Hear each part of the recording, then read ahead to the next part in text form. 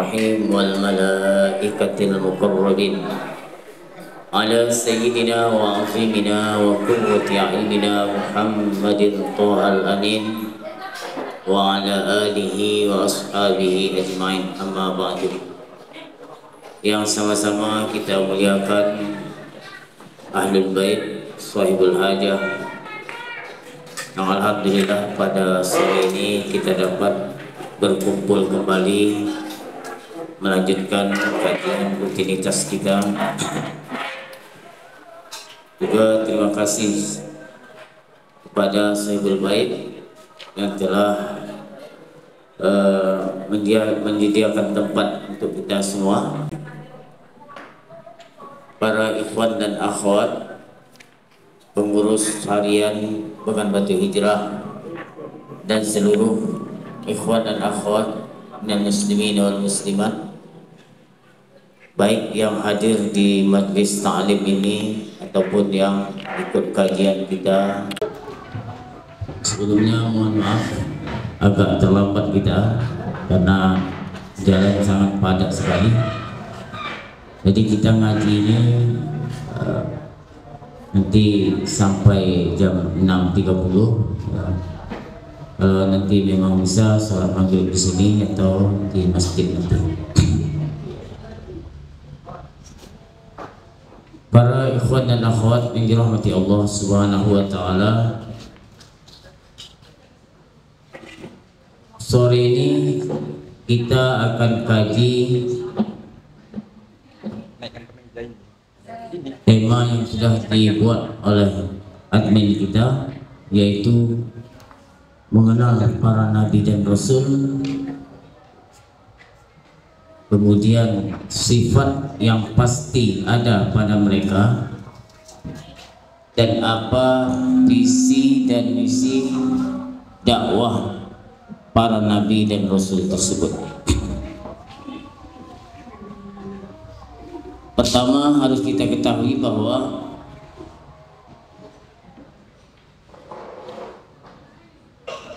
an-nubuwah ya, atau derajat kenabian itu adalah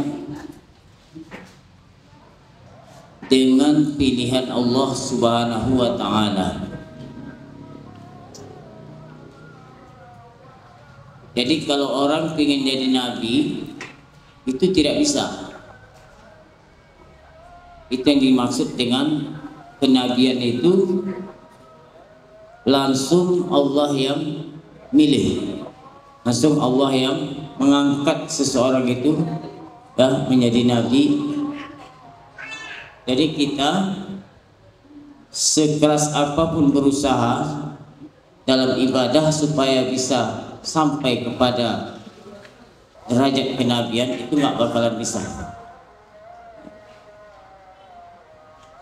Beda dengan orang yang ingin mencapai derajat kewalian.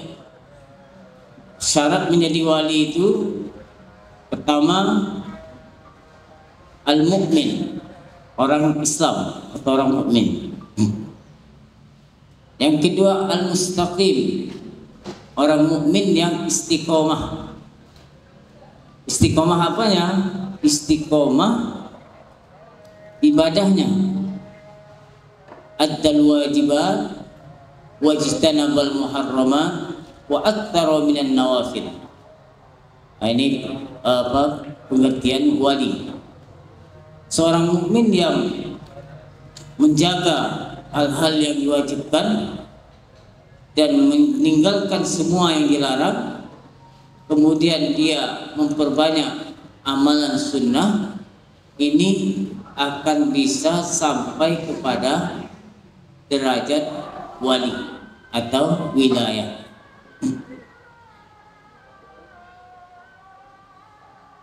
Apakah Banggil bisa sampai kepada derajat kewalian? Jawabannya bisa, kalau dia sanggup menjalankan syarat tadi. Apakah semua kita ini bisa sampai kepada derajat kewalian? Jawabannya bisa, kalau kita bisa menjalankan syarat yang disebutkan tadi. Tapi kalau mau jadi nabi nggak bisa, karena nabi itu ya langsung Allah yang yang pilih. Artinya derajat kenabian itu tidak bisa diperoleh dengan al-ijtihad fil ibadah. Itu nggak bisa. Nah, terus kenapa dinamakan an-nabi? Dalam bahasa Arab, an-nabi itu ada kala diartikan dengan arifah, ketinggian. Jadi an-nabi bisa diartikan dengan ketinggian. Apa yang tinggi derajatnya? Karena para nabi dan rasul mereka itu adalah makhluk Allah yang paling afdal. Makhluk Allah yang paling afdal itu adalah para nabi dan rasul. Dalam Al-Quran Allah sebutkan wa kullam faddalna 'alal 'alamin. Ayat ini disebutkan setelah Allah Subhanahu wa taala menyebutkan beberapa nabi, kemudian di ujung itu disebutkan wa kullam faddalna 'alal 'alamin. Dan setiap dari para nabi itu, ya, setiap dari para nabi dan rasul itu kami utamakan atas sekalian alam.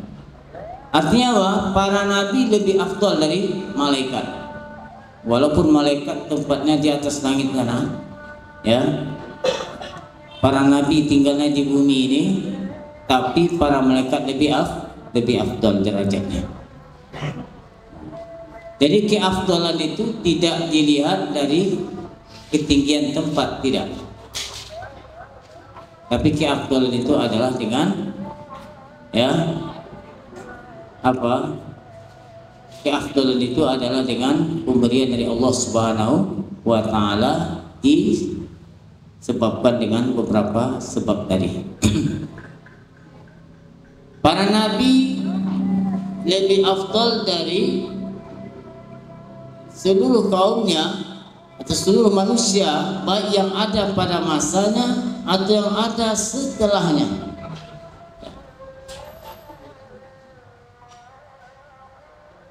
Mereka makhluk pilihan. Makanya disebutkan dalam ayat tadi wa kullam faddalna 'alal 'alamin. Kami utamakan para nabi dan rasul itu atas sekalian alam. Nah, ini makna dari segi bahasanya tadi, ketinggian. Juga dimaknai an-nabi ini adalah orang yang membawa berita. Orang yang membawa berita. Artinya apa? Para nabi mendapatkan wahyu dari Allah, kemudian disampaikan kepada umatnya, disampaikan kepada kaumnya. Jadi dari maknanya saja bahwa nabi itu adalah orang yang membawa berita. Terus bagaimana kalau dikatakan nabi itu tidak diperintahkan untuk berdakwah? Padahal salah satu tujuan para nabi itu diutus di muka bumi ini adalah apa? Membawa perintah. Ini yang harus kita pahami. Terus kalau ada orang katakan kalau nabi nggak diperintahkan berdakwah, kalau yang diperintahkan dakwah itu rasul, ya. Bagaimana perkataan ini bisa dibenarkan? Ya. Karena nabi tadi definisinya apa? Pengertiannya apa? Atau makna nabi tadi apa? Orang yang membawa khabar atau orang yang membawa berita, orang yang membawa wahyu dari Allah Subhanahu wa taala. Inilah sebabnya para ulama katakan bahwa seluruh para nabi dan rasul mereka diperintahkan untuk berdakwah. Seluruh para nabi dan rasul mereka diperintahkan untuk berdakwah. Jadi nggak ada nabi itu berleha-leha di rumah, ya, tidur, ngopi, ya, ngobrol. Nah, mereka itu berdakwah, ya. Berdakwah. Terus yang kedua, apa perbedaan Nabi dan Rasul dan apa persamaannya?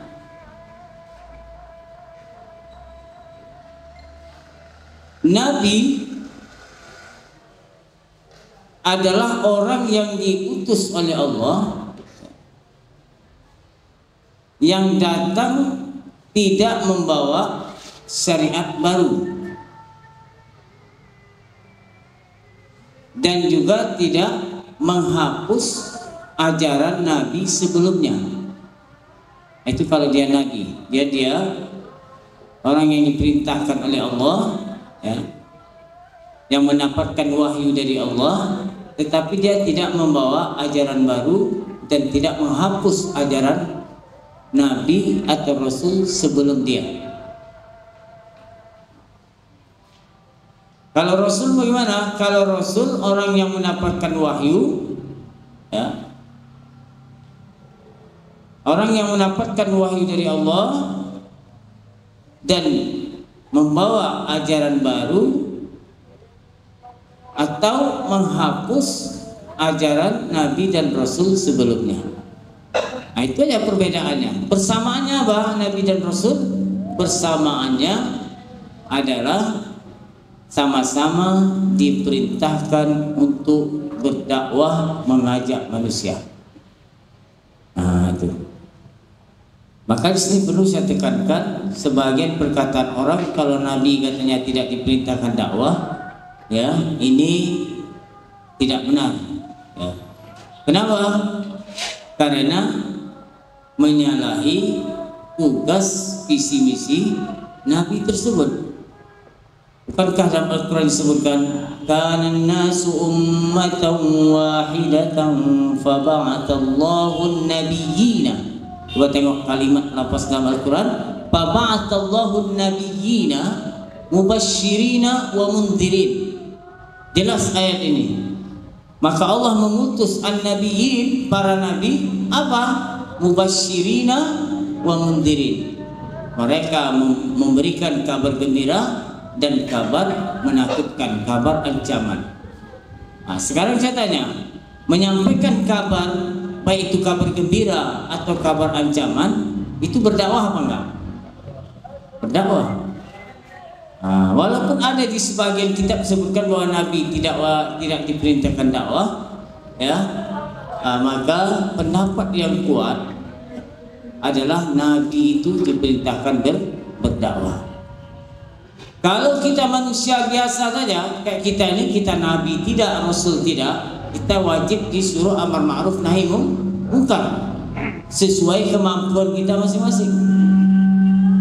Bagaimana para Nabi itu tidak disuruh berdakwah? Kita manusia biasa saja disuruh berdakwah, disuruh amar ma'ruf nahi munkar. Nah ini yang harus kita pahami. Di kalangan malaikat itu tidak ada nabi, tetapi yang ada di sana rasul. Allah yastafi minal malaikati rusula, ya, dalam Al-Quran disebutkan. Di kalangan kita manusia dan jin, di kalangan manusia, di kalangan kita ini, itu ada namanya nabi, ada namanya rasul. Sedangkan di kalangan bangsa jin itu tidak ada nabi, tidak ada rasul dari kalangan bangsa jin. Tapi di kalangan mereka ada ustaz, ada kiai, orang soleh, ya, ada. Jadi kalau adakah nabi berasal dari bangsa jin atau rasul? Ya, jawabannya tidak ada.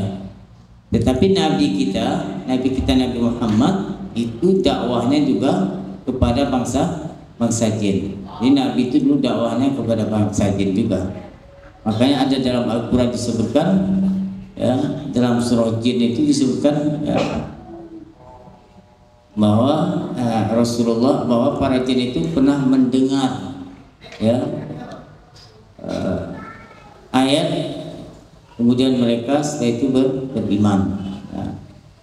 Qul inna ustama'na farum minal jinni faqalu inna sami'na qur'anan ajaba yahdi ila rusdi amanna bihi wa lam nusyrika bi rabbina ahada.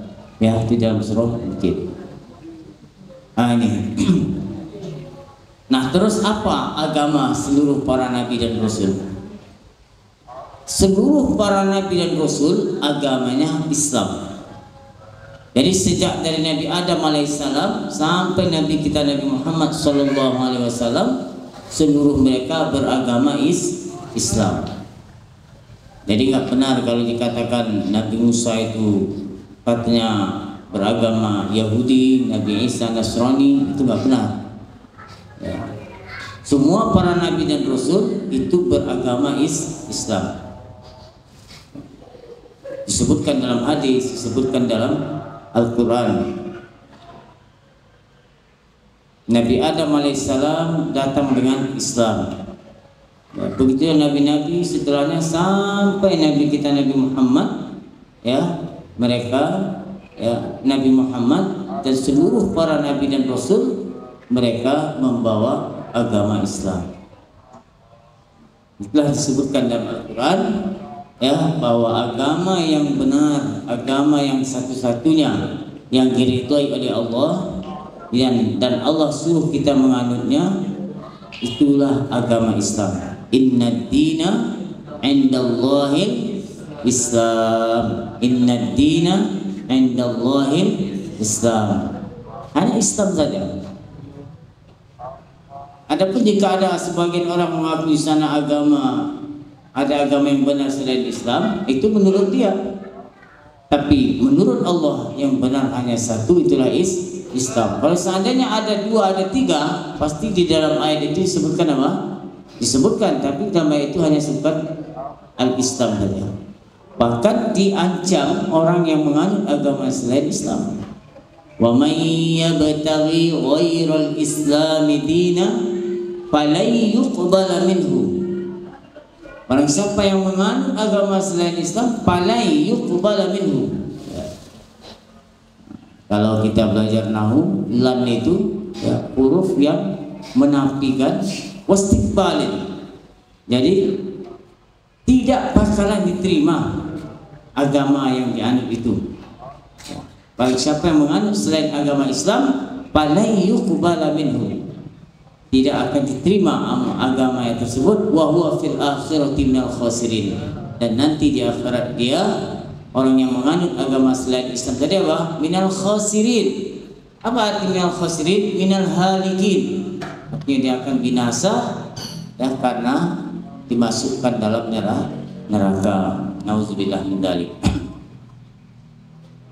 Itu dia. Jadi perlu kita yakini bahwa yang berbeda itu apanya? Yang berbeda itu di kalangan para nabi dan rasul itu syariatnya. Apa itu syariat? Ya, praktis amaliyah yang mereka bawa.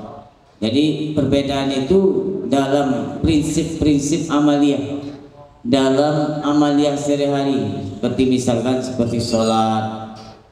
Kalau Tuhan tetap satu, semua para nabi dan rasul menyembah Allah Subhanahu wa taala. Nah, yang bedanya di mananya yang ada perbedaan? Yang ada perbedaan itu misalkan di zaman Nabi Adam, ya, sholatnya cuma 1 kali sehari semalam.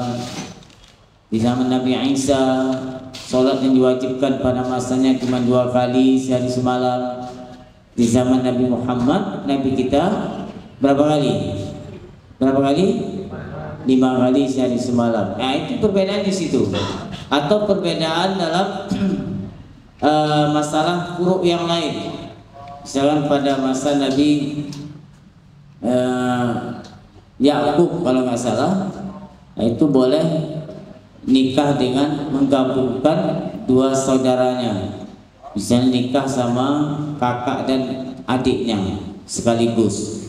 Nah, sama Nabi Muhammad nggak boleh, ya, harus satu saja. Kecuali sudah meninggal kakaknya, baru nikah lagi sama adiknya misalnya. Wa antajma'u bainal ukhtaini illa ma qad salaf. Ya. Dalam Al-Quran disebutkan. Jadi perbedaannya yang seperti itu. Adapun dalam masalah tauhid, dalam masalah menyembah, tetap mereka itu semuanya menyembah Allah Subhanahu wa Ta'ala. Itu yang harus kita pahami tentang memahami para nabi dan rasul. Jadi yang beda itu syariat mereka. Misalkan dalam masalah toharah, masalah bersuci. Kalau di zaman Nabi, di syariat Nabi Muhammad, ya, kita membersihkan najis itu cukup dengan air. Ya, cukup dengan air. Ada di zaman Nabi terdahulu itu kalau menghilangkan najis, kalau najis kena di pakaian mereka, ya, bukan di badan, di pakaian mereka, itu tidak bisa dengan air, tapi harus dipotong. Ya, kalau misalnya bajunya kena najis, maka bajunya dipotong, tidak bisa dibersihkan dengan air. Ada lagi di syariat Nabi terdahulu, mereka sholat harus pakai air.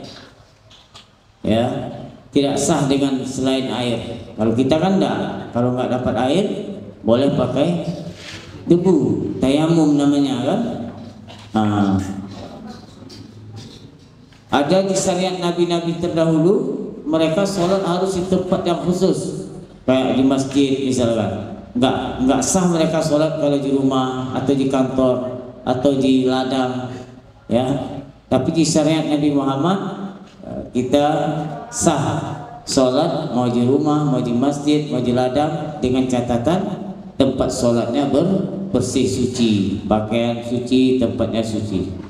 Perbedaannya cuma di sini, di syariat yang mereka bawa.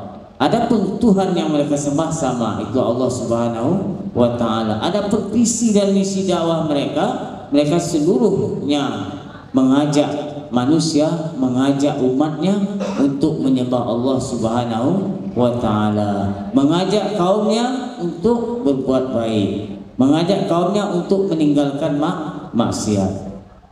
Begitu secara ringkas dalam memahami para nabi dan rasul. Nah, terus jumlah mereka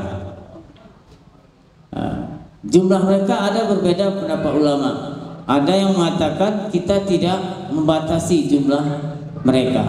Ini menurut sebagian para ulama. Sebagian ulama katakan jumlah nabi itu 124.000. Berapa? 124.000 nabi. Di antara 124.000 nabi ini ada 313 rasul. 313. Ya, 313 rasul. Berarti lebih banyak mana? Lebih banyak nabi. Cuman yang kita tahu yang 25 itu nabi yang sering disebut nama dalam Al-Quran. Jumlah sebenarnya nggak segitu. Berapa tadi? 124.000. Ya. Apakah kita wajib menghafal namanya satu persatu? 124.000 ini tidak. Ya, tapi yang wajib apa? Kita wajib mengimani bahwa Allah mengutus para nabi dan rasul. Nah, itu yang harus kita yakini dalam hati kita. Terus yang kedua, kita wajib meyakini bahwa seluruh para nabi dan rasul mereka disifati dengan sifat yang apa? Yang layak bagi mereka. Apa sifat yang layak bagi mereka? Mereka pasti disifati dengan jujur. Jadi tidak ada seorang nabi atau seorang rasul itu pembohong. Itu nggak ada.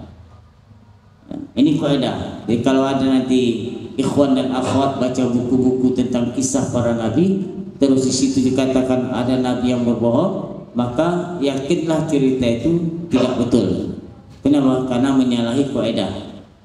Karena sudah disebutkan setiap para nabi dan rasul pasti bersifat jujur, as-sidqu, ya, sidik Dan ini sejak kecil kita belajar, sejak kita di bangku ibtidaiyah dia diajarkan kan, sidik, patona, tabligh, amanah kan, dan yang lain-lain lagi. Itu artinya sifat wajib itu sifat yang pasti ada, itu artinya. Dan seluruh para nabi dan rasul dijaga oleh Allah dari melakukan kekufuran dan kesyirikan. Itu tidak akan pernah terjadi, baik mereka sebelum menjadi nabi ataupun setelah menjadi nabi. Jadi kalau ada nanti cerita mengatakan katanya Nabi Ibrahim itu pernah ragu-ragu tentang Tuhannya, terus dia mencari-cari Tuhannya, yakinlah itu cerita tidak betul. Ya, yang ragu-ragu tentang Tuhan itu dulu bukan Nabi Ibrahim, tetapi kaumnya Nabi Ibrahim. Makanya diajak berdebat dengan Nabi Ibrahim. Ya, nah, itu ada kisahnya di dalam Al-Quran. Jadi seluruh para nabi dijaga oleh Allah dari melakukan kekufuran. Artinya mereka tidak akan pernah melakukan kekufuran atau dosa besar. Dosa besar seperti apa? Banyak, seperti berzina, membunuh. Ini termasuk dosa besar. Kemudian juga dijaga oleh Allah dari melakukan dosa kecil yang ada unsur kehinaan jiwa. Ingat, dosa kecil itu terbagi dua. Ada dosa kecil yang jika dilakukan oleh seseorang dirinya tidak hina. Ada dosa kecil yang jika dilakukan oleh seseorang dirinya jadi hina. Dosa kecil yang ada unsur kehinaan jiwa ini tidak akan pernah terjadi kepada seorang nabi atau rasul. Adapun dosa kecil yang tidak membuat jiwa pelakunya, yang tidak menjadikan pelakunya hina, itu mungkin terjadi pada nabi atau rasul, tapi langsung ditegur oleh Allah dan mereka langsung bertaubat. Contoh Nabi Adam alaihissalam, ya, yang mendekati pohon yang dilarang oleh Allah dalam surga. Itu dia melanggar, tapi dosa yang dilakukan Nabi Adam ini dosa kecil yang tidak membuat dirinya hina. Nabi Yunus alaihissalam, dia tinggalkan kaumnya sebelum ada izin perintah dari Allah. Ini dosa kecil yang tidak membuatnya hina. Ini mungkin dilakukan oleh seorang nabi atau rasul. Dosa kecil yang menjadikan pelakunya hina itu seperti apa? Seperti mencuri satu buah anggur, atau mencuri satu buah anggur itu termasuk dosa kecil yang tidak termasuk dosa kecil yang menjadikan jiwa pelakunya hina. Kenapa dikatakan hina? Karena mentalnya mencuri. Sedangkan Nabi Adam di surga bukan mencuri, tapi dia mendekati pohon yang dilarang oleh Allah Subhanahu wa taala. Nabi Yunus alaihissalam dia tidak mencuri, tetapi apa? Dia hanya meninggalkan kaumnya karena dia kesal dengan kaumnya, tidak mau patuh, tidak mau taat dengan apa yang dia sampaikan. Akhirnya dia keluar dari kampung itu, dia tinggalkan kaumnya, tetapi kesalahannya apa? Dia keluar meninggalkan kaumnya sebelum ada perintah dari Allah Subhanahu wa taala. Maka dosanya ini digolongkan dosa kecil yang tidak ada unsur kehinaan jiwa. Ini mungkin terjadi kepada seorang nabi atau rasul, tetapi langsung ditegur oleh Allah dan bertaubat, langsung bertaubat. Ini yang harus kita pahami.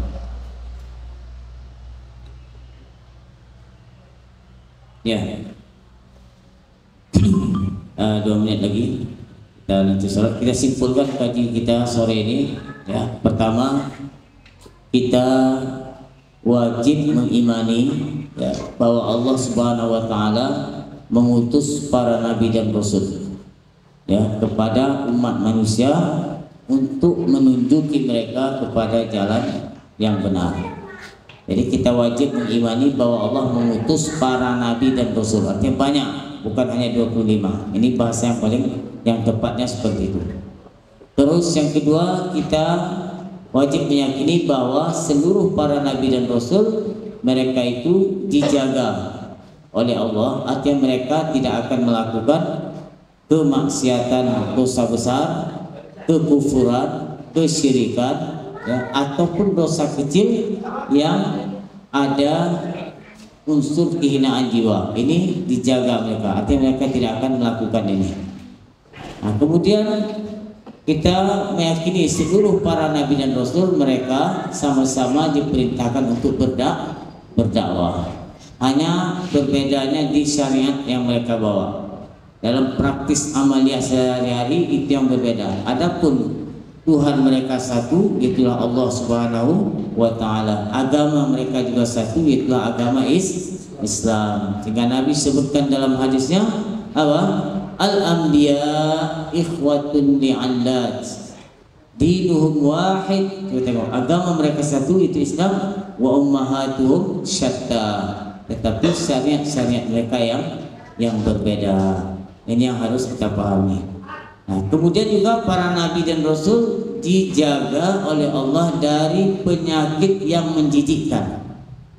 Ya, apa artinya penyakit yang menjijikkan? Penyakit yang buat orang lari dari mereka, itu nggak akan pernah terjadi kepada seorang nabi atau rasul. Ya, makanya kisah yang beredar di masyarakat kita, katanya Nabi Ayub itu sampai penyakitnya keluar ulat, sampai badannya dimakan oleh ulat. Ini cerita yang tidak benar. Betul Nabi Ayub itu sakit, tetapi tidak sampai keluar dari jasadnya atau keluar dari badannya ulat. Sampai berulat itu nggak benar. Kenapa? Karena penyakit yang sampai keluar ulat itu penyakit yang menjijikkan. Ya, dan cerita itu sudah beredar, tetapi sumbernya dari mana? Nah, istilah kita perlu ngaji yang benar. Ya. Dan dalam Al-Quran tidak ada yang disebutkan seperti itu. Sampai keluar ulat itu enggak ada. Ya. Tapi sebutkan apa? Nabi Ayub itu betul sakit, yang sakitnya lama selama 18 tahun, tetapi tidak sampai keluar ulat dari jasadnya. Apalagi katanya dalam cerita itu, ini cerita yang beredar ya. Katanya satu ketika ulat itu jatuh ke lantai, kemudian katanya Nabi Ayub ambil, kemudian ditaruh lagi, disuruh makan jasadnya. Katanya Nabi Ayub ini ya, kata ya kuli min rizqillah, katanya wahai ulat, dah makanlah, ini rezeki dari Allah, masa memudaratkan diri sendiri. Seandainya pada kita lah, kalau kita misalnya kalau kita manusia biasa kan bisa jadi terjadi seperti itu tadi. Tapi mau nggak seandainya kamu kena penyakit itu, penyakit yang sampai ulat yang sini, kemudian jatuh, kemudian kau ambil lagi, kau suruh ulat memakan jasad kamu, kan enggak kan? Enggak mungkin, karena itu memudaratkan pada diri sendiri. Dalam Al-Quran kita dilarang untuk membinasakan diri sendiri. Wala tulqu biaidikum ila tahluka wa ahsinu innallaha yuhibbul muhsinin. Nah, makanya cerita itu termasuk cerita yang bohong yang dinisbatkan kepada para nabi atau rasul. Nggak boleh cerita itu diyakini, nggak boleh dibaca, apalagi diyakini. Ya, saya kira sampai di sini.